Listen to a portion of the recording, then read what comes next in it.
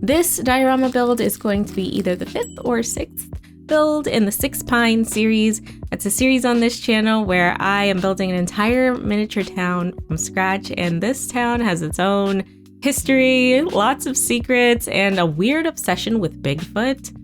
Today's adventure features a tiny fisherman who's out trying to see if he can catch him something delicious in the footprint of a monster. Once I had a sketch of how I wanted this diorama to look, I jumped right into making the base.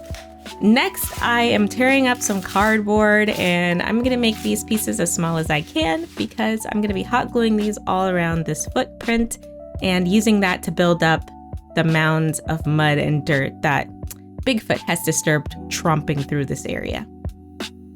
So I'm going pretty slowly, hot gluing down these pieces, trying to see what parts I want to build up and how tall to make each little spot. I don't really have any rhyme or reason to this. I'm just putting them wherever and trying to balance it out as I'm going along. And then I am clipping off the edges because some of the pieces were hanging over the edge. This has given me a nice foundation that I can go over with the mud mixture that I'm about to make, and it's all gonna end up being the forest floor.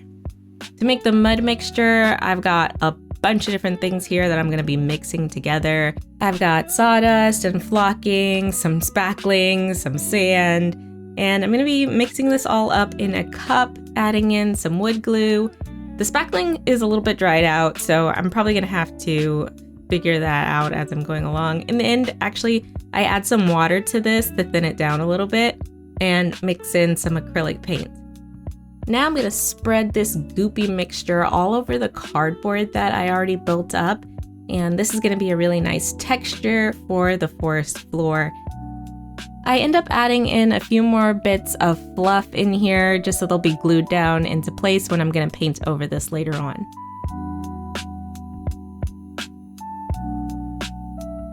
That's gonna take a while to dry, and while it's drying, I'm gonna find some reference images for the little fisherman that I'm gonna put in the boat, who for some reason thinks he can find some fish in this tiny little pond that was created by Bigfoot's foot. Once I have some reference images, I'm just gonna leave those open on my computer so I can check them while I work on my sculpture, and I'm gonna be sculpting my person out of green stuff this time. This is the 2-part putty that I mentioned in previous videos, and you wanna have equal parts of the blue and the yellow and then mix them together until they turn green. I have a little bit too much yellow, so I'm just gonna get rid of that. And then squish it all together and start mixing. You have a limited amount of time, so you kinda have to work with this within a certain window. But for something this small, I don't really have to worry about it. I'll have enough time to bust out this sculpture. So I'm just gonna sculpt a little man standing here with his fishing pole. He's gonna have on his little cargo shorts and some boots and a t-shirt. And I really like sculpting in this scale because it's so tiny that I don't have to stress too much about every little wrinkle and pocket and minor detail that's gonna be on his clothing. I can just relax and get the basic shapes that I want him to have, and it's a lot less stressful. So as you saw, I sculpted most of his body out of the initial one little clump of green stuff that I put onto this wire, and the wire is taking the place of a traditional armature because it's just so tiny, like there's no way I think I could twist together an actual armature because the wire is pretty much the same width as his entire body. To make his arms, I had to roll out individual little other pieces over on a little tile that I got from Home Depot, and then I attached those and started shaping them.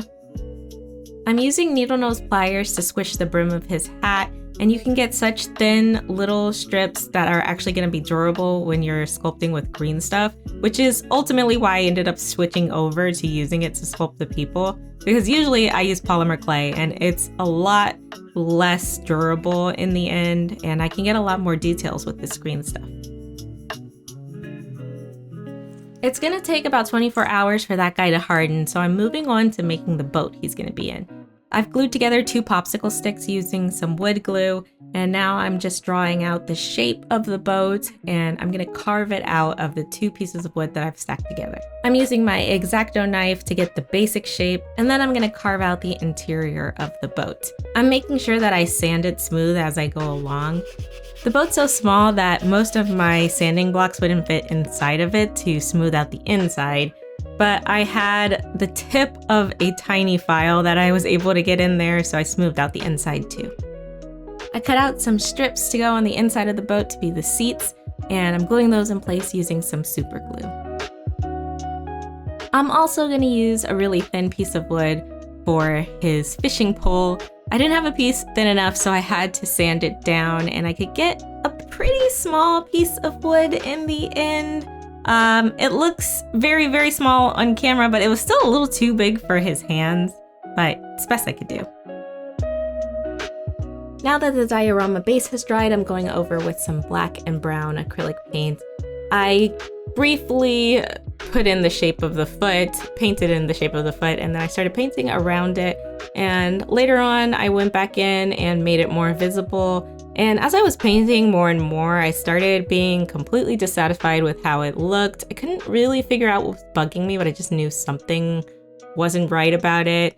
I tried to fix that by changing the color of the foot and changing some of the color of the mud, and it just never felt like it was right or coming together the way I wanted it to. The footprint seems a little too shallow now that I've already done all this work and painted it. I think once I put in the UV resin, it's not going to be deep enough to hold the shape of a foot. So I'm going to try and carve out the foam board, and hopefully that solves the problem. I'll just paint it again and then it'll be all good. But if that doesn't work, I'm gonna have to try and build up the sides around the footprint somehow, which I really don't want to do because it's gonna take more time and it's gonna have to dry. And I don't know, while I'm waiting for it to dry, it just might not even work. And then I've waited hours for it to dry, and it's gonna be really annoying. And I don't want that. So, hopefully this works. I'm gonna try carving into it. Wish me luck. The mud mixture that I created a little while ago for the base is made of plaster and drywall and glue, and so it was actually kind of hard to carve my way back through that to get down into the foam underneath. But I carved out the foot shape, and I'm pressing the foam underneath it down to kind of compact it and to get a little bit more of an indent in the ground. And now I'm going around it with a gray color. I decided to make it rocky around where the foot shape was, and then use some black paint for the bottom of the foot. I not only think that this is just gonna look better, even if I just left it like this as a footprint, I think it works better this way, but also now there's going to be a little bit more of a lip to the edge of this pond. So when I put in the UV resin, it doesn't just flow all over the place and become a big giant mess. What I really love about the ground mixture that I just threw together is that when it dries, the texture is kind of whatever I want to make it, so I can paint the green parts to be grass and make rocks out of the gray parts. Now it's time to play the waiting game again, so I'm gonna let that dry, but work smarter, not harder. While that's drying, I'm gonna be painting the little fisherman. He should be done by now. He's been drying over to the side, so I'm gonna go in with my acrylic paints that I have that are specifically for painting miniatures and models, and I'm gonna paint him. I'm gonna end up giving this guy 2 coats of paint because I decided not to try and prime him or anything. I'm just painting directly over the green stuff itself, and it's green, so I probably am gonna need to do multiple passes to cover up that color. I decided to go with these colors mostly because I wanted him to stand out from the background. My husband pointed out to me that a lot of fisher people like to wear camouflage so they don't scare away their fish. This guy's already fishing in a giant footprint, so I don't think he has the best judgment when it comes to these things. And now it's time for my favorite part. Whenever I have to add water to any of the builds, I use UV resin, and I love this stuff, especially for smaller builds like this when I'm not going to use a ton of resin and I don't need to mix some up and pour it.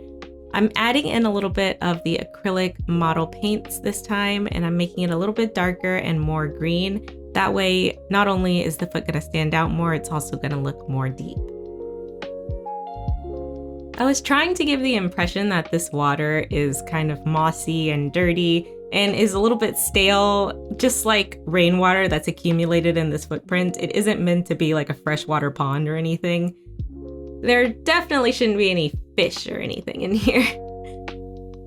After I did one layer of the UV resin, I put the boat in place, and I'm using my flashlight, my UV flashlight, to make sure that the UV resin around the boat is hardened. And now I'm going in and painting in some green moss and algae by dotting it on with the paintbrush.